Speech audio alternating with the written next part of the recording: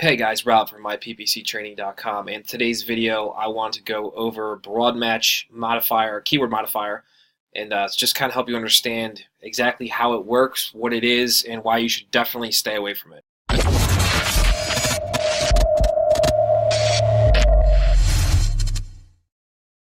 Alright, so here at Google's Help Center, if you just type in broad match keywords, it'll kind of give you a little spoof about what Google basically describes it as. So it's a keyword setting that allows your ad to show when someone searches for that keyword or a variation of it. The broad match keyword bicycle bell can cause your ad to show if someone searches for various variations like bicycle bells, buy a bell for a bicycle, bell reviews for bikes. Alright, so they're telling you, yeah, it's basically a broader version of the keyword you want to target. What they're not telling you is you're going to get all kinds of stuff that is not even related to bells for bicycles. You'll get motorcycle horns. You'll get all kinds of stuff that's just bicycle training guide. You'll get tons of irrelevant things if you run broad match keywords, especially if you don't have negative keywords in that campaign where you're running the broad match. But that's for another time. So for today only, let's just focus on broad match keywords.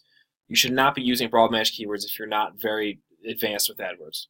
Simply put, every campaign, if you're not advanced with AdWords, every campaign you should be using should be only exact match, phrase match, and modified broad match. And if you don't know what those three match types are, I'm going to drop a link below this video in the description so that you can watch a video where I go over each of those match types and how they work and what they're about.